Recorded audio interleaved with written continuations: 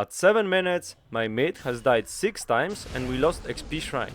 Yet, we managed to turn the game around, and today I'll show you exactly how to play Dota when you're losing early.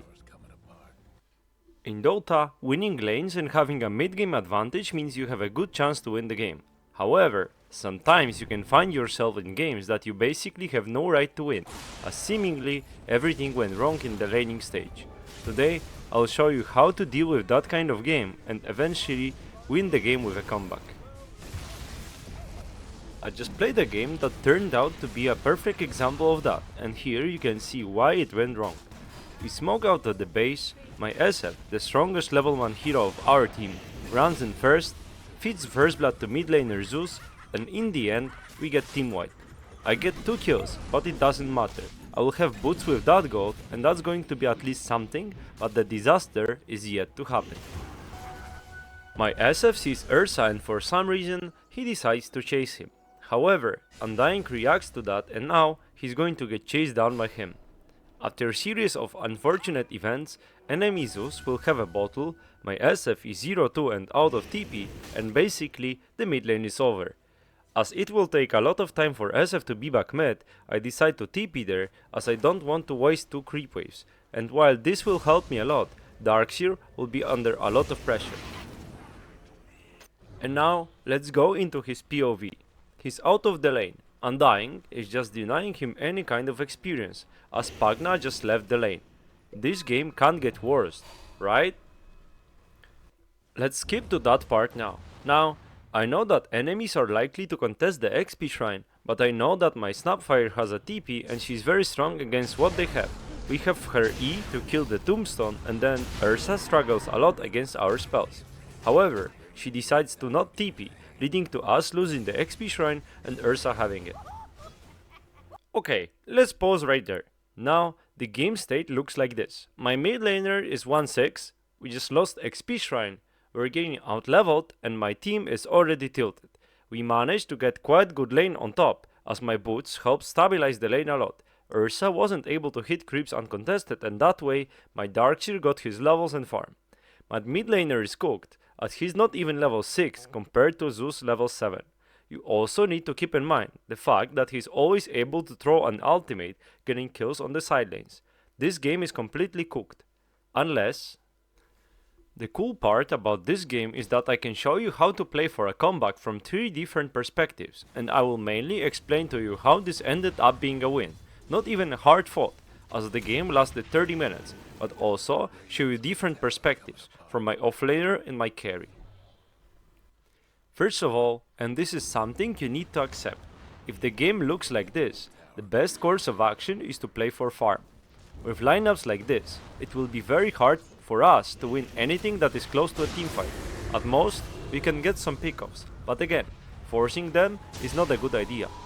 That's why I decided to go and farm the stack I made for myself, and enemies are already diving the towers, and this we can punish. I'm level 6 at 9 minutes after losing XP Shrine, and that's how I can actually contribute in fights and just straight up kill Undying.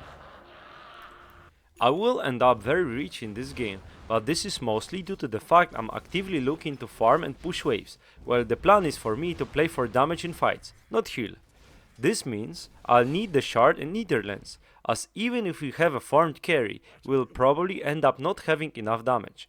Not only that, but by playing for heal, I'm putting myself in position that if I intend to use my ultimate on teammate, I'll be low HP, and I will die randomly to Zeus spells. So the first step to comeback is to open them up as much as possible, so hopefully get tier 1 towers. You accept the fact you won't be able to win fights, but if you can get towers without committing too much, you would love to do that. That means if I play hero like a Pagna, I will actively look to push the towers. While doing this on Pudge lane is impossible, as I will get hooked into the tower and die, I can safely do that on the top lane, and this is exactly what is going to happen.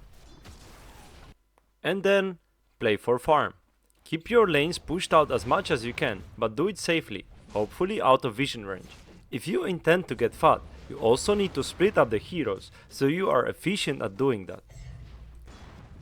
That means every time I get a chance, I will simply hit creeps.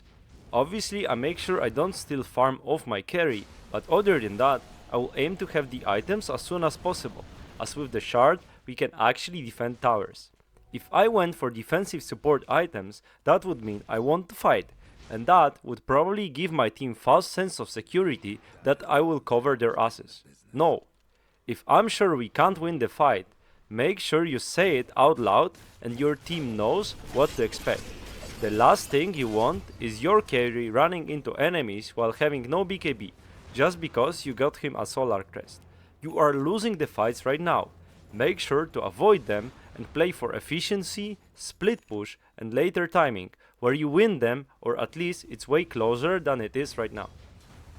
You can also see my skill build. Despite Nether Ward having great impact in this game, I skip levels in it until the point of the game we can actually fight. Grab's cast range increases massively, and it's the spell that allows me to save people. Remember when I said I will show you different perspectives? What this Darkseer has done since the laning stage is nothing short of impressive. He had to get a Dominator, as getting out on the map is very risky, and this is exactly what he needs to do. As we said, we need to push out waves a lot, and with that item, he's able to do it safely. His contribution to the game was, instead of playing for early auras, he went for farming item. He understands that we're not trying to fight ever, and only after a certain timing is met, we will do that. For that reason, he's going to get the shard first, and only then he will make a pipe. Around time we can either fight, or we basically need to defend base. And for the carry's perspective, he needs to hit creeps. To win games like this, you not only have to be annoying with all your heroes, but also hit a timing where you'll be able to kill enemies. For that reason, we need to make sure my troll is going to be fat. Despite everyone hunting him in the game, he still managed to get a decent timing on his core items, which are Battle Fury, Senjin Yash and BKB.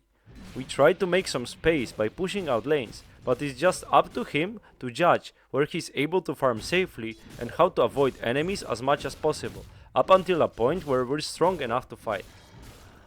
And as soon as he hits the timing, I'm happy to play ahead of him and hopefully tank the smokes. I have the items I need. Now it's just the question if we can get Troll to hit enemies, and if that's not possible, I just want him to keep farming. That's the reason why I'm pushing out waves. If he gets jumped on the wave, he's just going to die without pressing his BKB, but that way he has the choice to react to fights. Notice how despite Darkseer not being there, this looks like an easy fight. Part of that is because Enigma just missed the black hole on Troll, but our positioning is not making it easy. For the start, I pop smoke on enemy initiator, Patch, and as soon as I see him, I know I need to drop the ward, as it's likely the only thing I can do in a fight. Luckily for me, they use a lot of spells and I manage to heal it off, and Troll with BKB just demolishes them. One of the key takeaways in games like this is to avoid random deaths, especially on cores. Dying on supports is okay, but you need to make enemies work for it, and straight up dying while split pushing waves is not enough. Between 14 and 26 minutes, so the moment we deem that we are ready to fight, our team died only 5 times, and it's mostly because most of the dire were actively hunting our team. During this time, we managed to keep all of our tier 2 towers alive. In fact, they barely took any damage. So to sum this up, enemies in 12 minutes got 5 kills, 2 tier 1 towers and a tormentor. It's not much, and the reason behind that is we created a lot of map pressure by just pushing creeps, mostly out of vision, leading to enemies never having a good momentum to pressure us. Not dying is not enough. If you ever let enemies push 3 lanes into you, you might just end up losing a lane of barracks. Notice how after the game state has shifted into our favor, we still actively work on pushing lanes. When you've got an advantage, you're able to get kills on them, as you're not afraid anymore to take fights, especially considering the black hole is still on cooldown. The principles are still the same. In the mid game and late game, pushing lanes is the most key thing. You can see here how I value taking away farm from enemies, as I'm farming as close to the enemy base as possible. As a last ditch resort, Dire goes for Roshan, but my call is to fight for it even if they manage to take the Aegis first. With my freshly bought Aghanims, I can deal crazy amount of damage. I know that the only hero for them that can reliably hit the ward is Ursa, but for that I have Decrep. Because of it, I can go for the Aghanims build, that I believe in most games is quite bad, but here it can do the work. Enemies get rushed, but I know that if I get to cast Nether Ward and ultimate on it, it doesn't really matter what enemies do. I deal a lot of damage, so does my team, and the fight ends up being very easy for us. This is basically when this game ends, as enemies have no answers to what we have. And now, I will share some key takeaways that you should use if you're playing from behind. So the most important thing is, you need to stabilize the game.